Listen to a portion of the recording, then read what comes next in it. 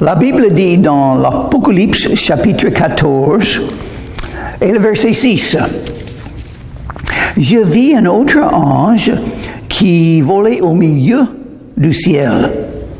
Il avait un évangile éternel pour l'annoncer aux habitants de la terre, à toute nation, à toute tribu, à toute langue et à tout peuple. » Qu'est-ce qui se passe pendant la grande tribulation de 7 ans?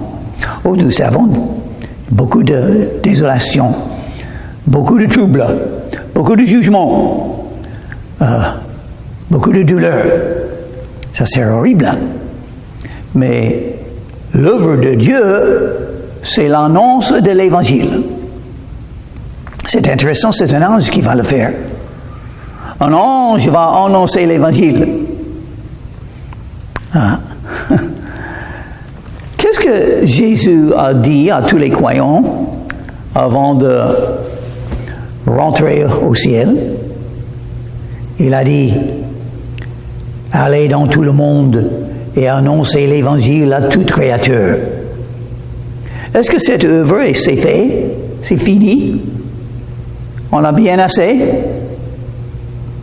pour annoncer l'Évangile dans ce monde? Oh non, c'est loin de là. Et même Jésus a dit, la moisson est grande, mais il y a peu d'ouvriers. Pourquoi il y a peu d'ouvriers? À tous les croyants. Oh, ben parce qu'il y a des croyants qui ne font pas l'œuvre de Dieu, qui n'annoncent pas l'Évangile, qui ne rendent pas leur témoignage à qui ils peuvent. C'est horrible. C'est la volonté de Dieu. C'est l'œuvre de Dieu. Si on croit en Jésus, on doit le dire. Si on le dit, ça va aider les autres à croire peut-être. Et même sinon, c'est la volonté de Dieu. On est là pour glorifier le nom de Jésus après être sauvé par lui. Il est mort pour nous. On sera éternellement dans le paradis. On doit tout à Jésus. Mais les autres, comment croire sans entendre? Et comment entendre s'il n'y a personne qui annonce l'Évangile? Un ange va le faire. Peut-être un ange va le faire parce qu'il n'y a plus personne pour le faire. Peut-être un ange va le faire parce que les croyants n'ont pas fait assez bien. Il y a toujours trop qui ne connaissent pas le Seigneur. Trop. Jésus est venu pour sauver les pécheurs, pour tout sauver, car Dieu a tant aimé le monde qu'il a donné son Fils unique, afin que quiconque croit en lui ne périsse pas. Quiconque. Tous peuvent être sauvés. C'est la volonté de Dieu. Mais il faut annoncer l'Évangile. Il faut l'annoncer. Il faut prier le Seigneur qu'il envoie les ouvriers dans sa moisson. Parce qu'il a un grand besoin. Et c'est triste. Tous les hommes perdus, tous les gens qui ne connaissent pas Jésus-Christ, c'est triste. Parce que le jugement vient. Et on va mourir, on ne sait pas quand. Et là, quand l'ange annonce l'Évangile aux habitants de la terre, à toute nation, à toute tribu, à toute langue et à tout peuple. Combien de nations existent dans le monde? Plus que 200. Ça fait beaucoup. Il faut des ouvriers dans chacun. Moi, je ne peux pas aller à 200 pays. Je peux aller à 2 ou 3 peut-être. Je me trouve aux États-Unis maintenant. Il y a grand besoin aux États-Unis. Beaucoup de gens qui s'éloignent de Jésus. Beaucoup de gens qui cherchent le plaisir de la chair. Beaucoup de gens en danger du jugement et de l'enfer. Il faut annoncer l'Évangile. Même dans les endroits et dans les situations qui ne sont pas favorables, il faut le faire. Il faut toujours annoncer l'Évangile. Jésus vous aime. Jésus est mort pour vous. Jésus peut vous sauver. Il faut venir à Jésus et croire en lui et commencer à le suivre. Repentez-vous, car le royaume des cieux est proche. Jésus revienne. Et il reviendra comme juge. Donc, on n'est pas étonné que l'ange, pendant les 7 ans de la grande tribulation, un ange va annoncer l'évangile à tous. Il disait d'une voix forte, « Craignez Dieu et donnez-lui gloire, car l'heure de son jugement est venue, et adorez celui qui a fait le ciel, la terre, la mer et les sources d'eau. » Dieu est le Créateur. Le premier verset de la Bible dit, Genèse chapitre 1, le verset 1, « Au commencement, Dieu a créé le ciel et la terre. » Ça, c'est la preuve que Dieu existe. Toutes les choses qui existent dans le monde, il a tout créé. Donc, si vous avez un petit peu d'intelligence spirituelle, vous pouvez reconnaître que Dieu est Dieu et vous serez jugé par lui. Il ne faut pas aller au jugement sans un sauveur. Apocalypse chapitre 14 et le verset 8 dit, « Un second ange suivit en disant, « Elle est tombée, Babylone la grande, qui a abreuvé toutes les nations du vin de la fureur de sa débauche. » Donc, une grande ville va être détruite, peut-être vers la fin de la grande tribulation. C'est une ville qui symbolise le pays où se trouve cette ville. So, peut-être tout le pays sera détruit. Et tout le monde veut savoir qui est Babylone. J'ai mes idées. C'est difficile à dire parce que quand les siècles passent, les choses changent. Pendant le premier siècle, peut-être c'était Rome. Maintenant, peut-être c'est New York. On ne sait pas. Mais ça sera une ville qui s'éloigne de Dieu, une ville d'impudicité, d'adultère, une ville d'une fausse religion, une ville de beaucoup de richesses, et beaucoup de richesses pour contrôler, pour enrichir le monde entier. Mais ça sera détruit parce que c'est un royaume d'hommes. Le royaume de Dieu vient, le royaume des hommes sera détruit.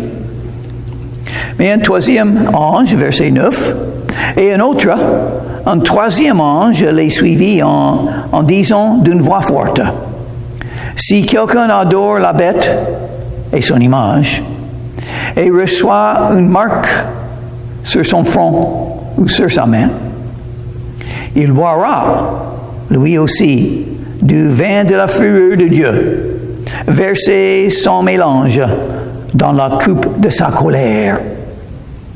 Et il sera tourmenté dans le feu et le soufre, devant les saints anges et devant l'agneau. » Donc c'est un avertissement. Comme on a dit hier, l'Antéchrist va demander d'être adoré par tout le monde. Et celui qui n'adore pas l'Antéchrist sera tué. Mais Dieu donne un avertissement. Celui qui prend le nombre, le chiffre de la bête, 6, 6, 6, sur le front ou sur la main droite, c'est-à-dire quelqu'un qui dit, oui, je vais adorer la bête parce que je veux acheter et vendre. Je veux vivre toujours sur la terre.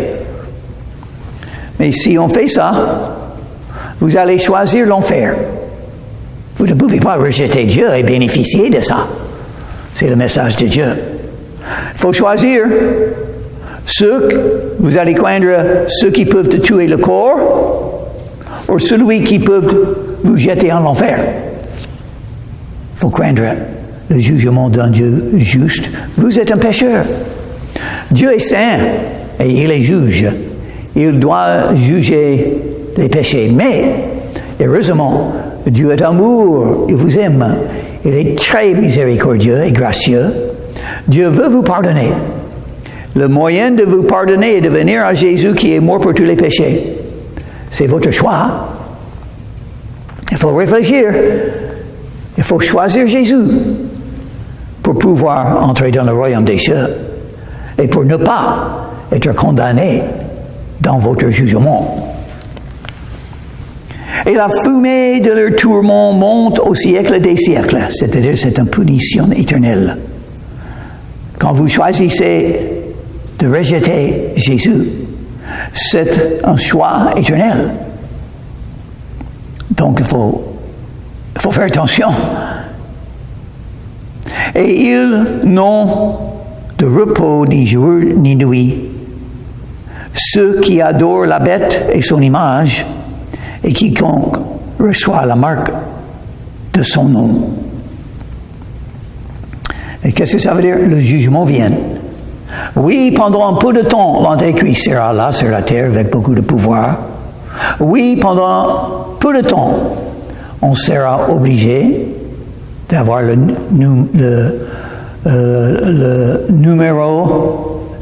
nombre 666 sur le front si on veut acheter et vendre, si on veut manger, si on veut vivre sur la terre.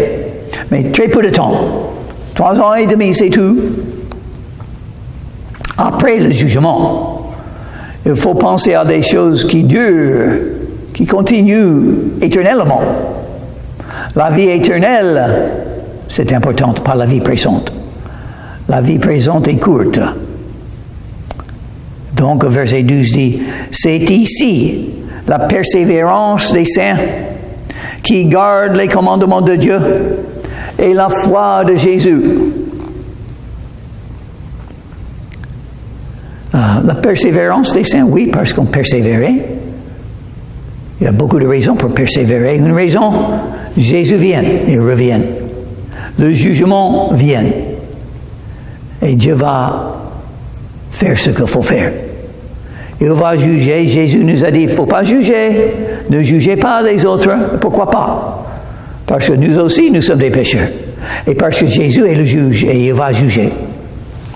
Donc, il faut prier pour les gens perdus. Il faut prier pour les non-croyants.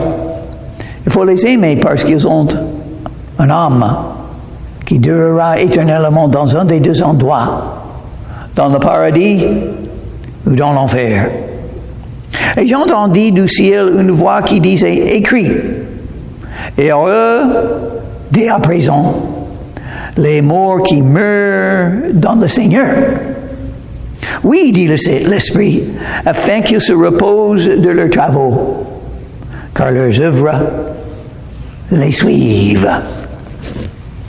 On est sauvé par la foi, mais après la foi en Jésus, on commence à le suivre et à faire des bonnes œuvres. Il faut servir Dieu.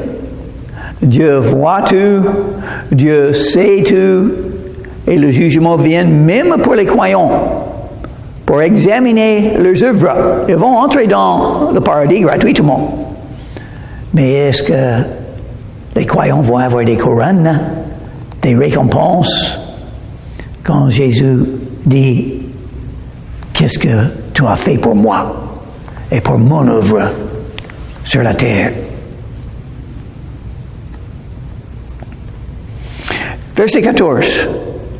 Je regardais et voici, il y avait une nuée blanche, et sur la nuée était assis quelqu'un qui ressemblait d'un fils d'homme, c'est Jésus, ayant sur sa tête une couronne d'or. Il est le Seigneur des seigneurs et le roi des rois. Et dans sa main, une faucille tranchante. Il va juger. Et un autre ange sortit du temple, criant d'une voix forte à celui qui était assis sur la nuée, lance ta faucille et moissonne. Parce que on est presque là. Au moment du jugement, on est presque là. La moisson de la terre est mûre. C'est prêt d'être jugé. Pourquoi Jésus ne vient pas en ce moment? Parce qu'il sera obligé de tout juger, il ne veut pas le faire. Il veut donner encore un jour pour des gens à se repentir et trouver le salut, le pardon des péchés, parce qu'il aime tous, il est mort pour tous. Verset 6, l'ange annonce l'évangile à tout le monde. Donc l'œuvre est faite. Tout le monde va entendre l'évangile, l'offre de Dieu d'être sauvé, le désir de Dieu de vous donner son amour, son pardon. Mais ce n'est pas prêt encore. En ce moment, on est presque là, après les 7 ans de la grande tribulation, Dieu va essayer à encourager les gens par des douleurs, à dire, j'ai besoin de Dieu, j'ai besoin d'un sauveur. Toutes ces douleurs et des destructions sur la terre, ça doit être Dieu. Pourquoi il fait ça? Pour me réveiller de mon besoin, pour me réveiller de la vérité que le jugement vienne. Et il faut être sauvé. Donc, j'espère, beaucoup vont dire, je vais venir à Jésus. Je vais croire en lui parce que j'ai des péchés. Il faut que je sois sauvé et pardonné de mes péchés.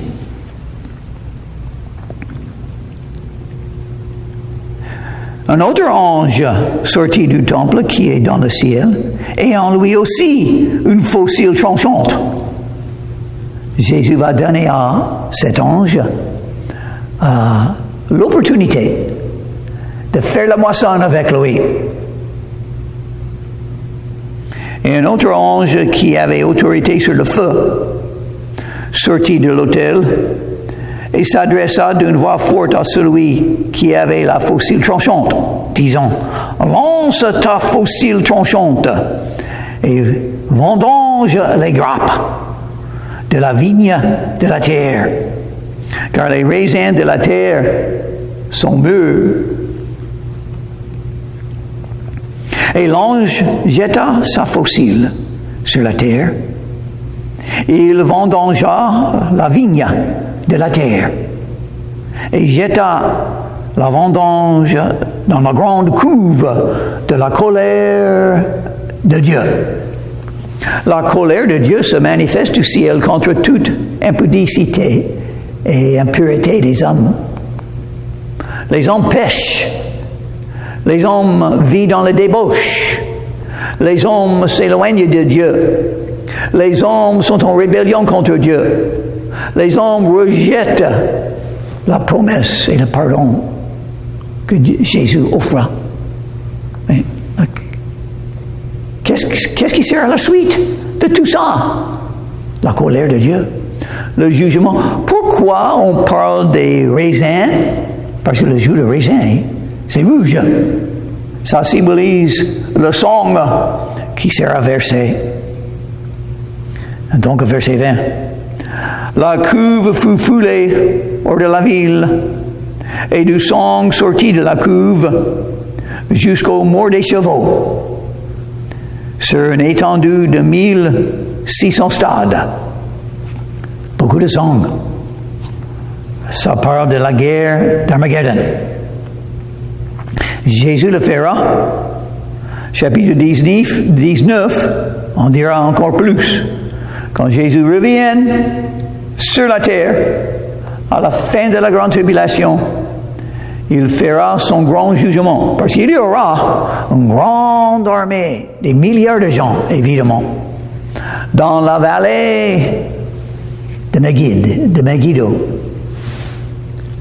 Et tous seront détruits. Dieu peut tout faire. Jésus est le Tout-Puissant. Il peut tout détruire s'il veut, et il va le faire. Cette armée, c'est l'armée de l'Antéchrist, qui est venue en Israël pour détruire tous les Juifs, mais c'est eux qui seront détruits par Jésus. Chapitre 15 d'Apocalypse. Puis je vis dans le ciel un autre signe, grand et admirable. 7 anges qui tenaient 7 fléaux, les derniers, car par eux s'accomplit la colère de Dieu. Encore la fin. Encore la fin. Enfin la fin. 7 CO, ça dure longtemps, 7 ans. 7 ans d'une chose après une autre, des douleurs, des guerres, des problèmes, des maladies pour les êtres sur la terre. Les feux, les volcans, les choses horribles qui vont arriver pendant 7 ans. Mais quand ça se termine, après les 7 ans, la colère de Dieu sera satisfaite. Et des fois, des gens disent, pourquoi Dieu laisse? Pourquoi il laisse toute la chose sur la terre, la violence, les guerres, les maladies, les douleurs, les souffrances, les larmes? Pourquoi Dieu permet tout ça à continuer? Parce que la moisson n'est pas encore mûre. On peut hâter le retour de Jésus-Christ. Les croyants peuvent hâter. Comment hâter le retour de Jésus-Christ? Annoncer l'Évangile. Ça, c'est l'œuvre de Dieu. J'ai rencontré beaucoup de croyants dans ma vie. Très peu ont été des gagneurs d'âme. Très peu avaient un zèle pour annoncer l'Évangile et rendre leur témoignage. Un grand problème dans ce monde. Le problème avec les croyants qui n'annoncent pas l'Évangile. Jésus a annoncé, le Fils de l'homme est venu chercher et sauver ceux qui sont perdus. Êtes-vous un gagneur d'âme? Jésus a dit à ceux qui l'ont appelé, suis-moi et je vous ferai pêcheurs d'hommes. Alors, comment va la pêche? Combien est-ce que vous avez amené à Jésus? Verset 2. Et je vis comme une mer de verre mêlée de feu, et ceux qui avaient vaincu la bête, son image et le nombre de son nom, étaient debout sur la mer de verre et ont des harpes de Dieu. Qu'est-ce qu'on va faire dans le paradis? On va faire la musique pour louer le Seigneur, pour annoncer tout ce qu'il a fait pour les croyants, pour glorifier le nom de Dieu. Et on des harpes de Dieu. J'espère que vous savez jouer un harpe. Sinon, vous allez apprendre et vous allez très bien faire. Dieu a créé la musique pour l'adorer, pour l'aimer, pour annoncer la vérité. Il chantait le cantique de Moïse, le serviteur de Dieu. J'espère que vous aimez chanter. Oh oui, j'aime chanter. Je ne sais pas très bien chanter. Et même, c'est difficile pour moi de même parler, surtout en français. Mais chanter, nous allons tous chanter dans le paradis. Dieu a créé la musique. La musique est belle, n'est-ce pas? Qu'est-ce qui est mieux que la belle musique? Et de temps en temps, il y a quelqu'un qui chante très bien, mieux que les autres. Ils sont récompensés, ils sont célébrés, ils sont aimés. Nous serons tous comme ça un jour. Tes œuvres sont grandes et admirables. C'est ce que vont chanter. Seigneur Dieu Tout-Puissant, tes voies sont justes et véritables, roi des nations. Ah oui, parce que après les 7 ans de la grande tribulation, on verra qui règne. C'est Jésus. C'était tout ce qui s'est passé dans les siècles était la main de Dieu en train de tous guider vers ce jour quand le Christ revient et se manifeste comme le roi de toute la terre. Ses œuvres, l'œuvre de Dieu, c'est son œuvre. Nous sommes ses serviteurs. Si on fait l'œuvre de Dieu, c'est simplement on est en train de suivre Jésus. Et Jésus fait son œuvre par nous. Quelle bénédiction, n'est-ce pas? Même de donner un verre d'eau dans le nom de Jésus-Christ, c'est une œuvre importante dans les yeux de Dieu. On cherche d'être des célèbres? Non, il ne faut pas faire ça. Il faut accepter d'être rien dans les yeux du monde, mais en savant qu'on est un serviteur de Jésus-Christ. Qui ne craindrait, Seigneur, et ne glorifierait ton nom? Car seul tu es saint, et toutes les nations viendront et t'adoreront, parce que les jugements ont été manifestés. Seul tu es saint. Dieu est saint, nous sommes des pécheurs. C'est une des grandes différences entre Dieu et nous. Il est saint, sans péché, parfait. Nous sommes imparfaits, avec des faiblesses, des faillites, des chutes. On manque beaucoup. Dieu est tout, nous sommes rien, dans un sens. Mais il partage avec nous sa gloire. Dieu seul est saint, mais qu'est-ce que c'est un des noms qu'il nous donne, des croyants? Les saints. Intéressant ce que tu as fait. Dieu a cet endroit parfait, le paradis. Il faut être saint pour y entrer. Comment est-ce que je peux y entrer?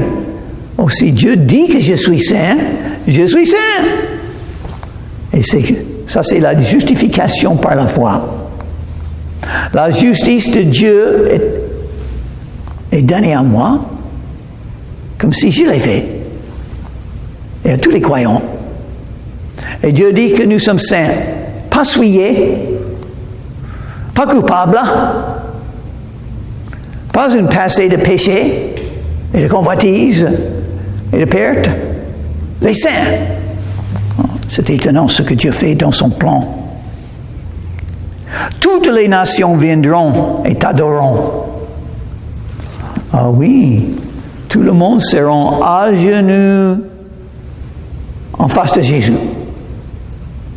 Et donc c'est mieux d'être là avec Jésus comme votre sauveur et pas comme votre juge. Qu'est-ce que vous préférez? Moi, je préférais le sauveur, Jésus. Heureusement, il y a 56 ans, Jésus m'a sauvé de mes péchés. Donc, le choix est à vous. Qu'est-ce que vous préférez?